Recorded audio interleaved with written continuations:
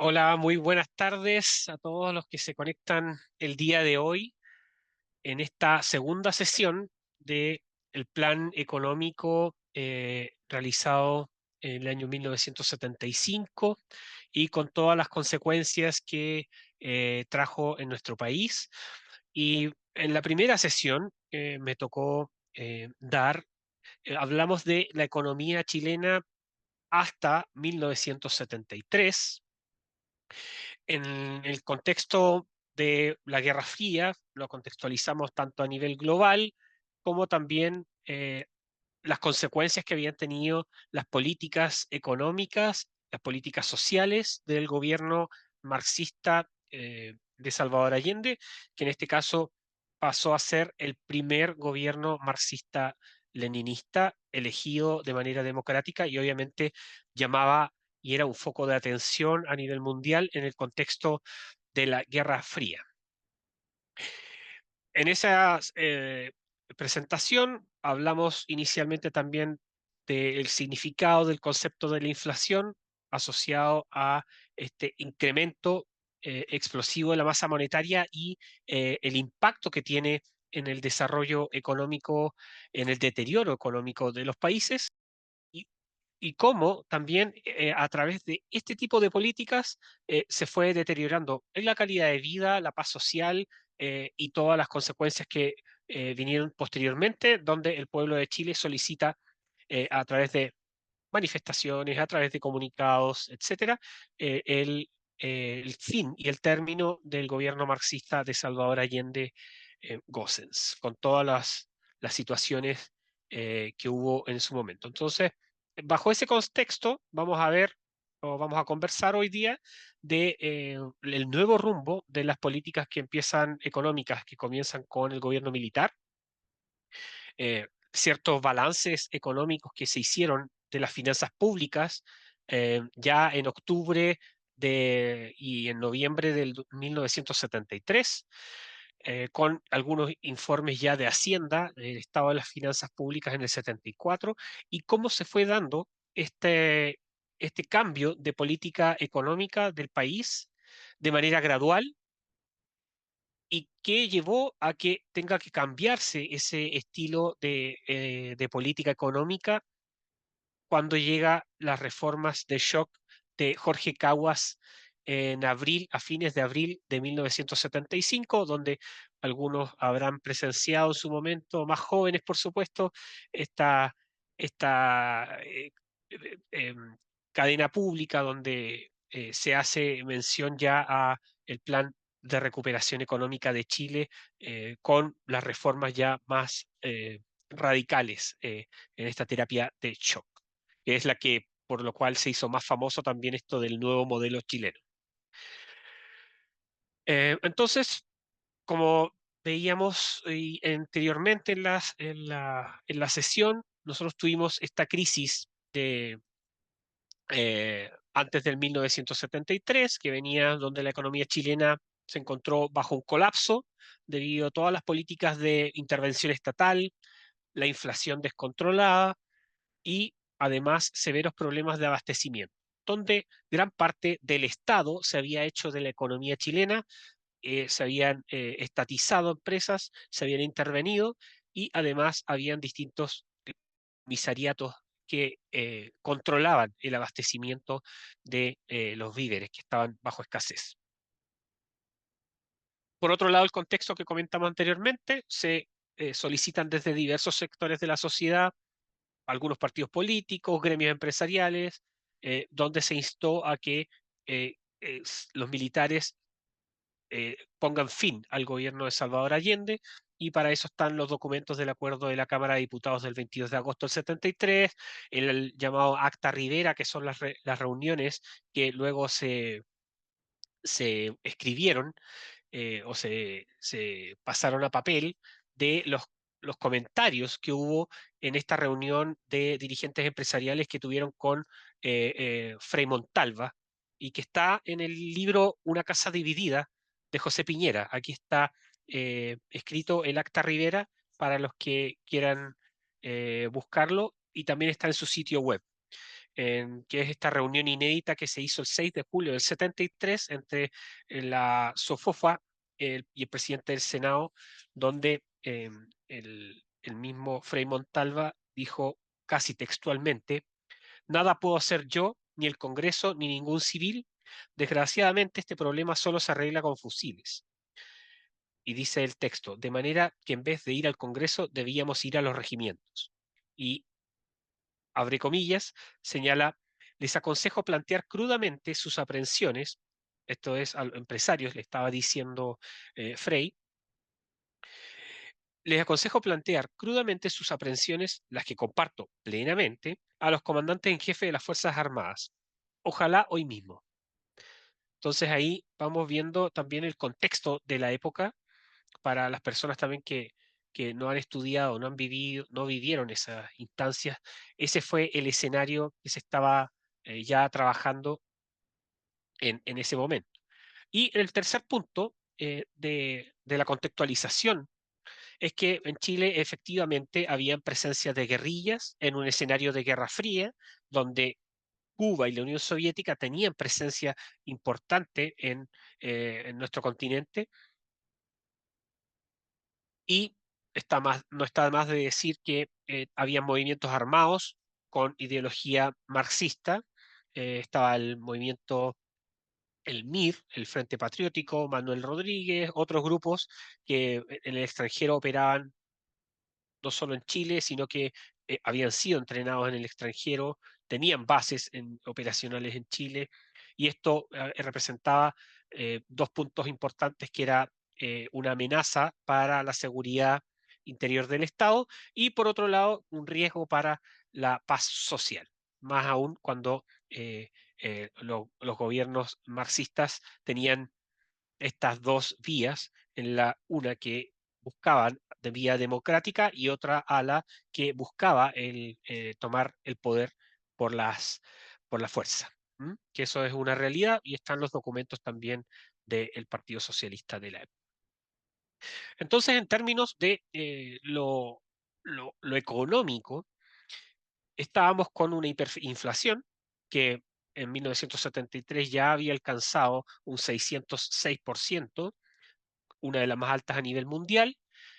Proyectada a diciembre iba a llegar a cerca de 1.000 a las tasas que estaba creciendo. El déficit fiscal importante, el gasto público estaba descontrolado, superaba también a los ingresos con creces, por lo cual había una crisis fiscal enorme. Había una nacionalización, una estatización de sectores clave que se fueron haciendo paulatinamente o radicalmente en el gobierno de Allende, donde el Estado fue tomando el control de industrias estratégicas, la minería, sectores de la banca, que lo vimos en la sesión anterior también, que redujo la eficiencia también y la inversión privada, por supuesto. Y el otro problema importante en la economía de la época es que había controles de precios, y eso provocó desabastecimiento, se incentivó al mercado negro eh, y también a trueques y distintas mafias que operaban para el control de los alimentos y las famosas tarjetas y las HAP y todos los mecanismos al estilo soviético que se implementaron en Chile. Y eso fue una realidad y eso no lo puede negar nadie, pero que es importante también recordarlo. Entonces, una vez que asume el gobierno militar y establece los primeros lineamientos bases de lo que iba a cambiarse en Chile, una de las cosas, de las preocupaciones principales de la época era la inflación. Como por supuesto vieron que teníamos una inflación de un 606%, proyectado iba a ser 1.000, entonces eso tenía que controlarse de manera inmediata, por lo cual hubo 4 puntos, podrían decirse importantes, que se fueron tomando dentro de las primeras medidas económicas, que es el trabajo de la estabilización, las primeras políticas de emergencia que se fueron implementando para contener la crisis, estabilización no solo de términos de seguridad interior del Estado, sino que en términos de eh, ir levantando paulatinamente controles de precios e ir reduciendo el gasto público de manera gradual. Y en este primer periodo, 73 a principios de abril de 2000, perdón, de 1975, entonces en esos periodos lo que hubo fue lo llamado reformas graduales. Había una reticencia muy fuerte dentro de los sectores económicos y también de los que estaban tratando de influir en la política pública, de que una reforma de shock iba a tener consecuencias devastadoras sociales. Entonces, por eso, entre el 73 y el 75, los inicios, se llevó una serie de políticas de reforma económica que fueron más gradualistas. ¿M? Y eso obviamente produjo ciertas tensiones dentro de la Junta y ciertas tensiones también dentro del sector empresarial y de aquellos que apoyaban en materias de política económica. Entonces, eh, con este plan de estabilización se implementaron estas primeras políticas de emergencia. Después también se empezó a trabajar la reducción de la intervención del estatal en distintos mercados. Se fue reduciendo en este sentido de forma paulatina las industrias del Estado, se fueron vendiendo y eso ayudaba a eh, disminuir en cierto punto el déficit. Se empezaron a implementar también medidas de el tema del control monetario, donde el Banco Central en este caso fue endureciendo la política monetaria para reducir esta expansión del dinero que se había dado de forma explosiva y de del circulante. Y de este modo buscar frenar la inflación. Y además también empezaron a buscarse ciertas políticas para eh, traer nuevos inversionistas y confianza de los inversionistas para traer estos capitales al país, ¿ya? Eh, Como les decía, el primer periodo que estamos viendo fue del gradualismo, ¿ya? Y este gradualismo, ahí déjenme ver si estoy grabando, sí, ya. Este gradualismo que se fue implementando trajo obviamente ciertas reticencias en diferentes grupos y las primeras medidas económicas que se fueron implementando ya nos dicen en este texto de Méndez del año 79 sobre el tipo de reformas graduales, decía, comillas, la decisión inicial de política antiinflacionaria consistió en aplicar un enfoque gradual en vez de contención violenta de la inflación. Detener bruscamente la inflación necesariamente implica eliminar de inmediato el déficit fiscal y reducir bruscamente el crédito al sector privado. Entonces, este costo social, en términos de pérdida de producción, empleo e ingresos, es una política económica como la mencionada, sería altísimo. Y estamos seguros que la mayoría de los chilenos no estaría dispuesta a aceptarlo. Entonces, esa era la pugna entre si hacer una reforma de shock o hacer una reforma gradual como estaba en el momento. ¿Y qué estaba pasando? Es que en términos eh, reales, es que habían habido ciertas mejoras. Por ejemplo, hubo una reducción del déficit del sector público no financiero. Este ya en el año 73 rondaba un 30% del PIB. Y eso se redujo a un 5,4% en el 74 ya. Entonces, hubo ese tipo de mejoras. ¿Y cómo se fue haciendo? A través de lo que señalábamos anteriormente. Venta de empresas públicas, se fueron eliminando subsidios y también hubo despidos en el sector público. El problema es que aún persistía la inflación. Y eso uno se preguntará, ¿pero por qué? El problema era principalmente por la masa monetaria. Y esto es lo que yo les señalaba también en la clase anterior, en lo que señalaba Ludwig von Mises, que usualmente a la inflación no se le habla acerca de cuánto la masa monetaria influye en el proceso inflacionario. Y eso tenemos que tenerlo muy en cuenta en el caso también como lo vivimos en Chile. Y eso es una de las cosas también que están ocurriendo en Argentina hoy, para contextualizarlo al momento. Entonces, ¿qué pasó? Que, por ejemplo, el crecimiento de la masa monetaria en junio del 74 era de un 333%. Es decir, en junio del 74 un 333%, que sí, el crecimiento de la masa monetaria prácticamente se había reducido muy poco, cerca de un 9%, recordando que el valor máximo que tuvo bajo el gobierno de Allende en agosto del 73, este crecimiento de masa monetaria era un 342%. Entonces, ahí vemos que este incremento de la masa monetaria hacía que persista la inflación en el año 74 y a fines del 74, 369% de inflación había en esa época. Entonces, lógicamente, era un problema económico importante y por otro lado, no se estaban logrando los objetivos de reducir la inflación. Entonces, eso para que lo tengamos en contexto de por qué empiezan a haber movimientos de ciertas piezas de integrantes y de personas dentro del gobierno militar. Entonces, aquí les voy a leer un fragmento también de este libro que les recomiendo muchísimo, que es Sergio de Castro, el arquitecto del modelo económico chileno, que es editado por Libertad y Desarrollo, el Fondo Cultura Económica, perdón, Fundación Costaval y Libertad y Desarrollo, y la editorial Biblioteca Americana. Deben quedar algunas copias, no sé si estará al día de hoy reeditado. Pero aquí nos dice, el tema de la inflación era el verdadero talón de Aquiles de la economía. El 22 de octubre del 74, al finalizar la cuenta del Estado de Hacienda Pública, el ministro Caguas formuló el siguiente comentario.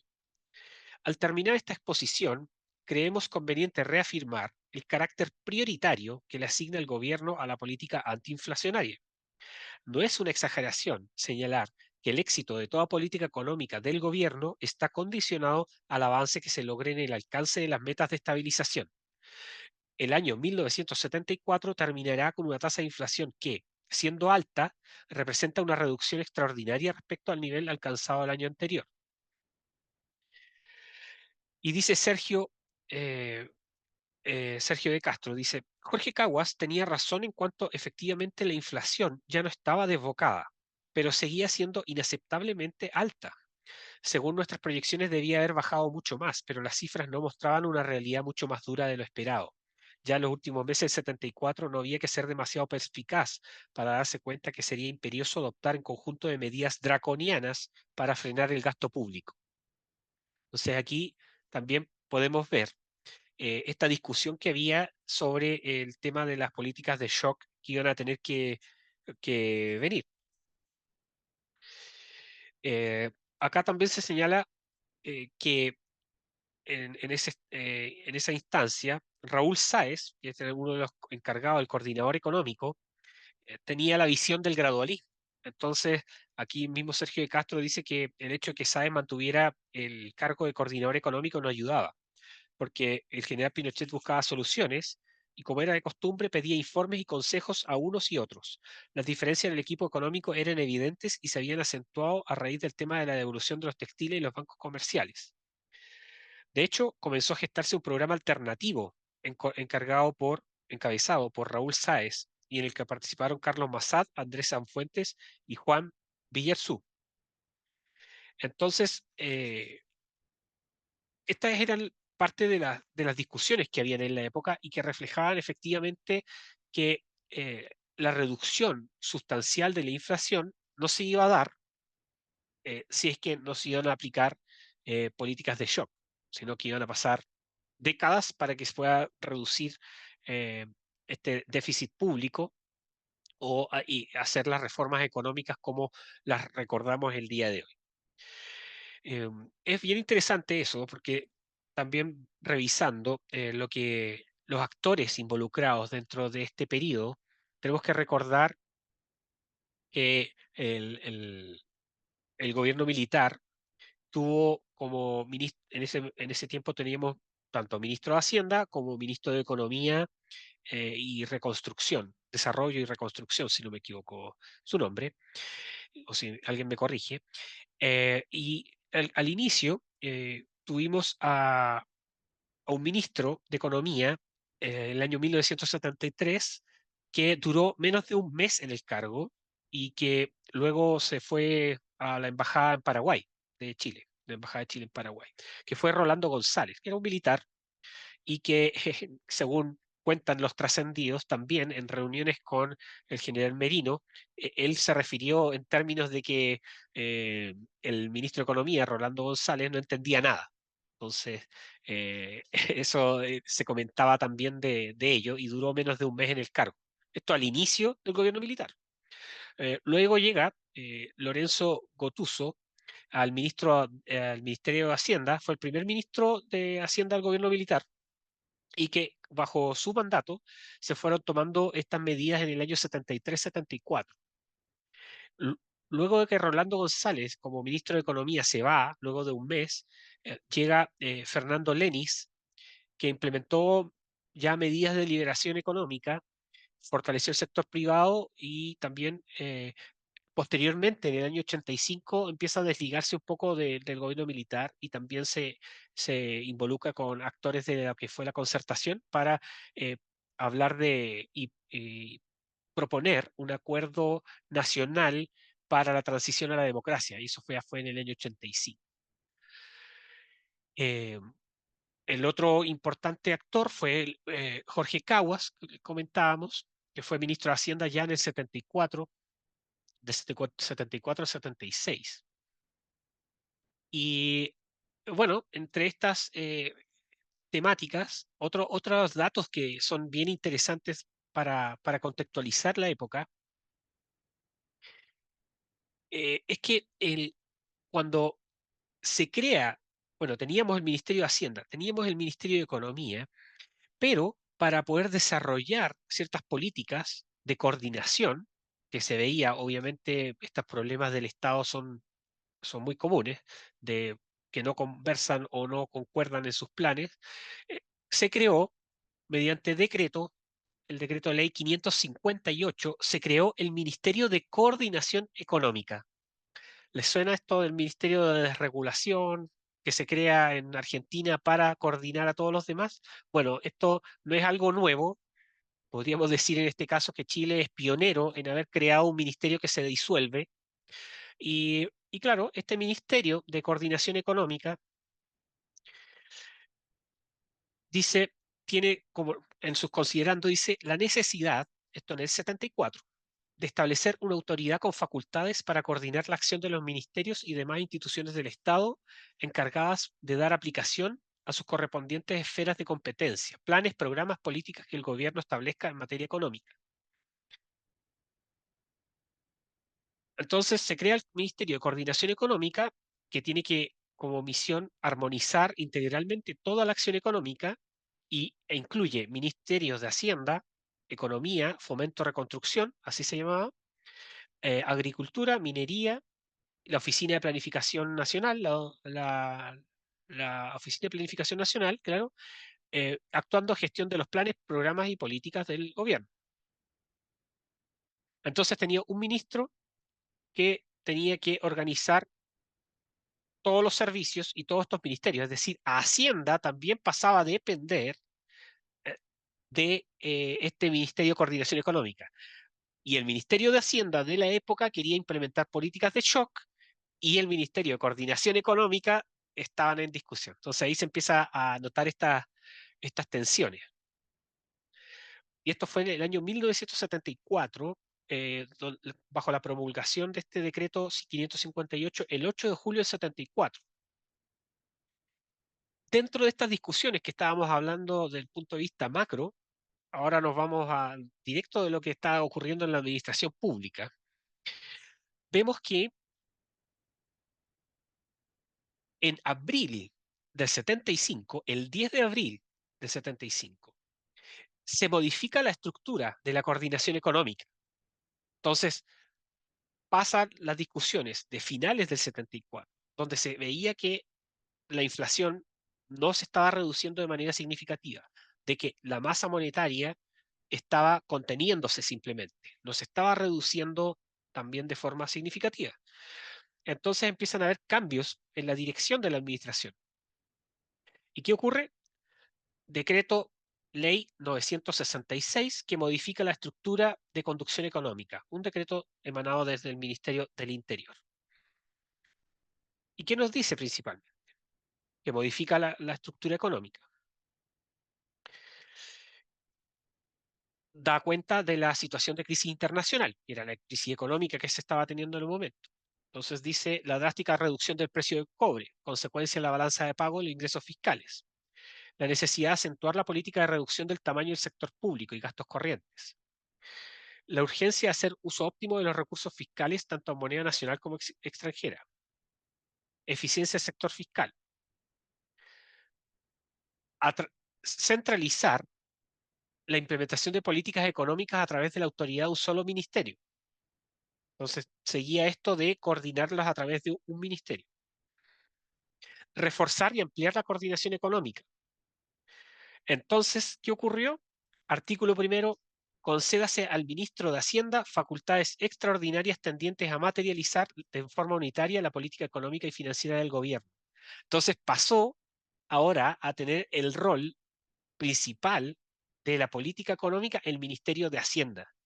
Y eso llevó a que después se dé el discurso ya más memorable del 24 de abril. Entonces, estos eran los cambios que estaban ocurriendo. Entonces dice, además, el ministro de Hacienda va a poder administrar en todos sus niveles la actividad económica que compete al gobierno, proponer oportunamente normas legales, reglamentarias e instrucciones que sean necesarias para materialización de las políticas económicas y financieras del gobierno, exigir y definir la ejecución de las políticas, programas y medidas administrativas en áreas vitales de la economía. Además, tendrá otras atribuciones el ministro de Hacienda. En todo lo relacionado con lo estrictamente económico y financiero del gobierno, podrá disponer, controlar el cumplimiento de las políticas de los distintos ministerios: Hacienda, Economía, Fomento y Reconstrucción, Minería, Obras Públicas, Transporte, Vivienda, Salud, Trabajo y Previsión Social, también ODEPLAN y CORF. Es decir, el ministro de Hacienda pasa a tener todas las competencias para controlar y dirigir la política económica, justo 15 días antes aproximadamente de lo que iba a ser la presentación del plan de shock. Y eso tampoco fue una casualidad. Uh, aquí estoy... Eh, entonces, este Ministerio de Coordinación pasa a tener algo ya más de asesoría, más cosmético respecto a lo que es Hacienda. Hacienda pasa a tomar el primer lugar. Eh, Acá nos dice, artículo transitorio. El ministro de Hacienda presentará al presidente de la República y miembros de la Honorable Junta de Gobierno, dentro de un plazo de 10 días, contado desde la publicación del presente decreto del Diario Oficial, un programa con mayúsculas de recuperación económica que enmarcará las líneas generales de acción que serán impartidas por el Supremo Gobierno. Entonces ahí queda clarísimo que este ministerio que se crea de recuperación económica, con los integrantes que llevaba, no estaba en la realización de políticas de shock. En Hacienda, por otro lado, y en Economía, habían integrantes que estaban por las políticas de shock. Luego de todas las pugnas y los resultados principalmente, se decidió por parte de la Junta Militar que el Ministerio de Hacienda pase a tomar todas estas facultades y de rol de coordinación. Cuando parten ya todas estas reformas, el año ya 76 se suprime, mediante el decreto ley 1370, se suprime el Ministerio de Coordinación Económica. Entonces ahí se pone fin a este ministerio, dado que ya todo el trabajo de economía y principalmente Hacienda, que toma este rol principal y se empodera, eh, pasa a tomar el primer lugar y ya no justificaban que exista un Ministerio de Coordinación Económica. Eso principalmente.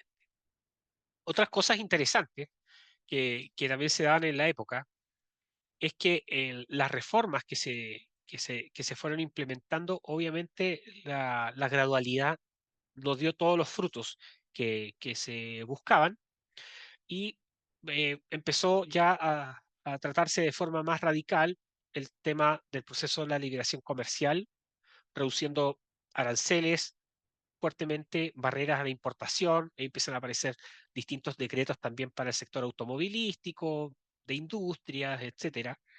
Empieza a haber una reforma importante también en el sector público, donde se empieza a reducir los empleos estatales, se eliminan instituciones ineficientes, se trata de buscar mejorar la productividad del sector público, están las privatizaciones de empresas y comienza la reducción también del déficit fiscal.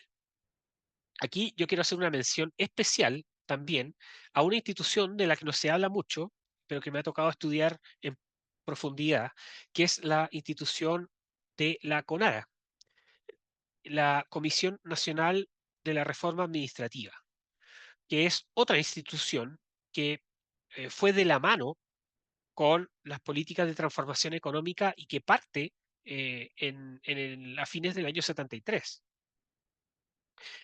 Se crea la CONARA, esta comisión, para modernizar la administración pública y hacerla más eficiente. Es decir, la política económica, sin la revisión del sector público, tanto de las funciones del sector público, de las estructuras ministeriales y todo lo demás, tampoco iba a ser posible, porque se tenía que hacer esta reducción. No era solo desde el punto de vista de Hacienda, sino que también desde el aparato estatal. Y ahí fue donde la CONARA tuvo la misión de estudiar completo el aparato del Estado y también en los aspectos subnacionales, tanto regionalización como también el potenciar el sector municipal. Entonces, esto es lo que se lleva a la reforma administrativa posteriormente. Se reorganiza el aparato estatal para optimizar su funcionamiento, se va eliminando paulatinamente burocracia innecesaria, se entregan informes, se evalúa este proceso. Conversando con personas que trabajaron en esa época, no eran más de 10 personas que estaban involucradas en elaboraciones de los informes, de los estudios. Hubo un trabajo conjunto con PNUD, hubo investigación que se hizo en España, en Francia, de algunas personas de CONARA que viajaron para capacitarse en las reformas a la burocracia que se iban a tener que hacer en el país. Y claro, el, el proceso que se fue dando, dado que toda la macroeconomía suele ser mucho más relevante para términos expositivos y de publicidad, dejaron un poco más en segundo plano la labor de la CONARA en esta reestructuración gigantesca que se hizo sobre el sector público. A eso se le debe muchas situaciones, como por ejemplo el financiamiento municipal, el financiamiento de las regiones del país, que en ese momento no tenían ninguna relevancia para tanto administrativa como también para el ejercicio del poder. Entonces eso también estaba en línea con la descentralización y del poder principalmente centralizado en Santiago.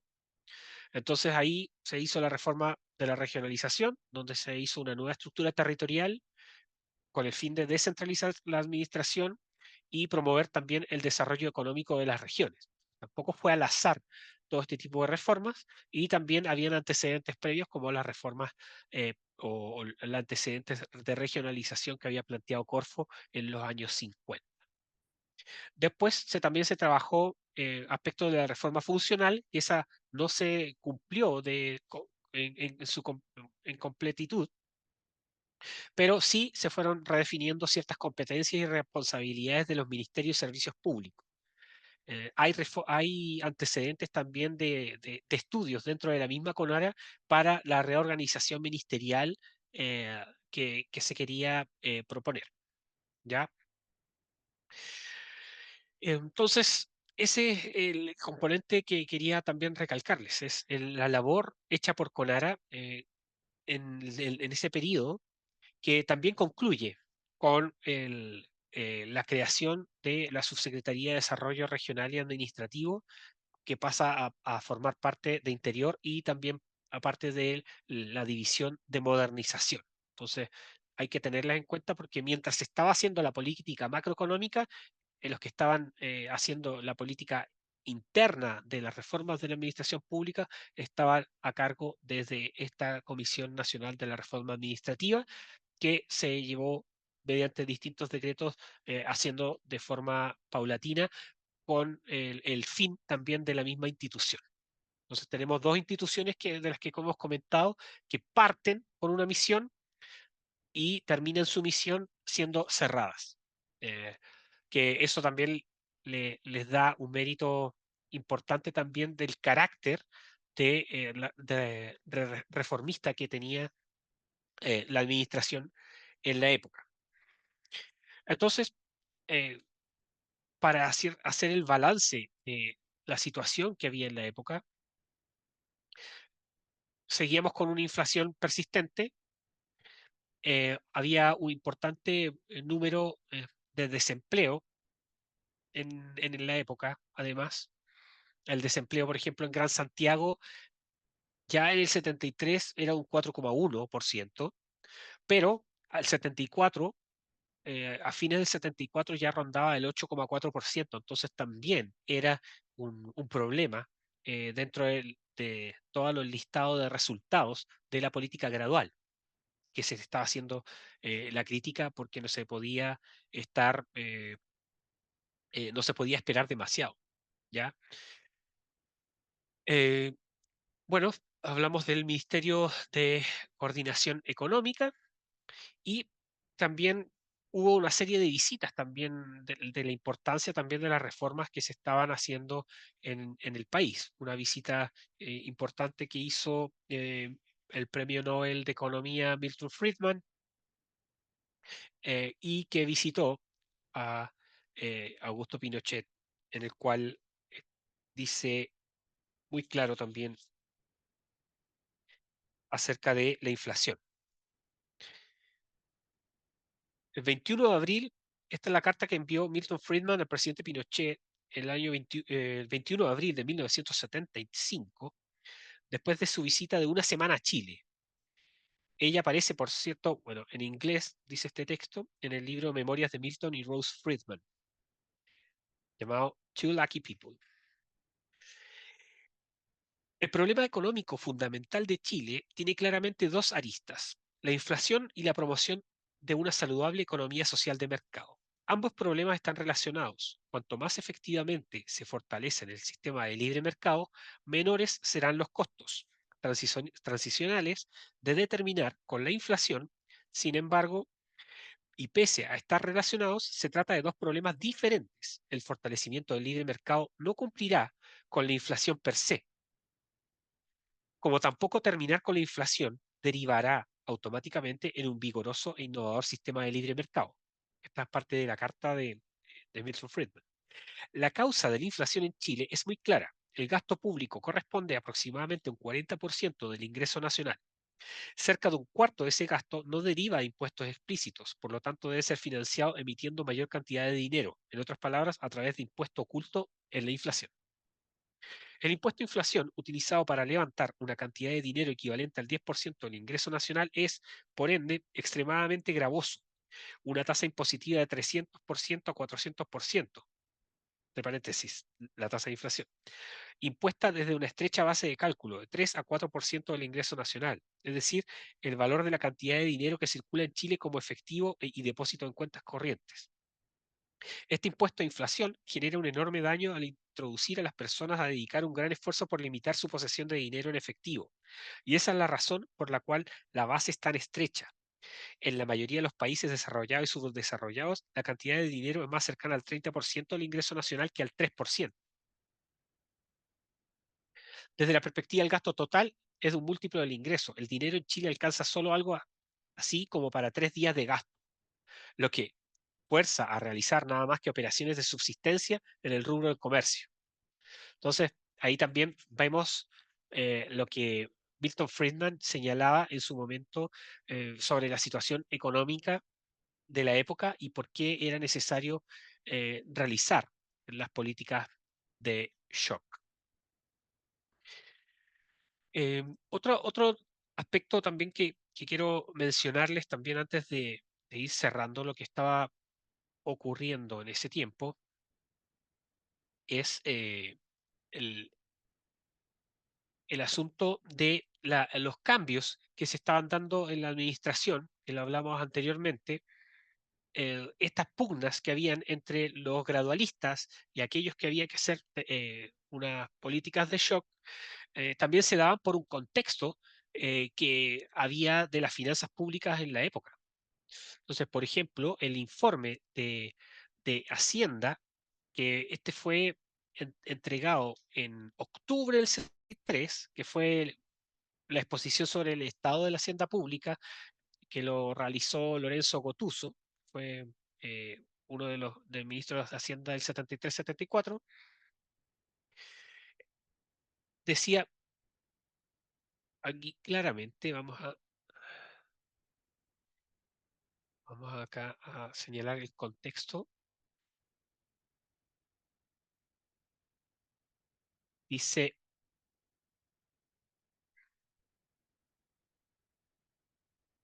yo hubiera querido esta noche poder ofrecerles una realidad distinta, pero ello sería un engaño. La superación en esta etapa de la vida nacional es difícil y ello requerirá de grandes sacrificios y del patriótico concurso de toda la ciudadanía. Ha llegado la hora de poner término a la monumental farra que el país fue llevado por el régimen marxista y durante la cual se derrocharon irresponsablemente los recursos de la nación. Los antecedentes que proporcionaré son irrefutables y confío que ustedes tomarán conciencia de la terrible crisis que vivimos. No nos extraña que ante la magnitud del desastre, sus verdaderos causantes, los responsables del caos, hayan intentado, en un gesto de locura final, arrastrar al pueblo a un enfrentamiento de incalculables consecuencias.